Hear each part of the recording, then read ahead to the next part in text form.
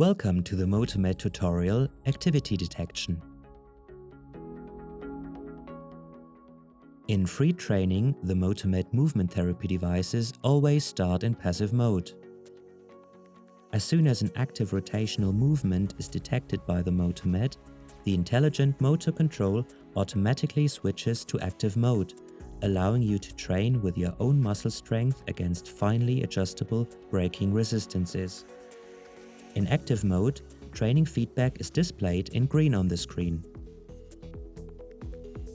If the Motomed no longer detects any active rotation, the intelligent motor control automatically switches back to passive mode, and the training feedback turns orange. The sensitivity of the activity detection can be set individually. To do so, select the Settings button on the home screen, and in the following menu on the second page, the button Sensors. If the activity detection is set to sensitive, this causes a change to active mode after half an active rotation. If set to normal, the detection takes place after one complete active revolution, and with insensitive, after 1.5 complete active revolutions.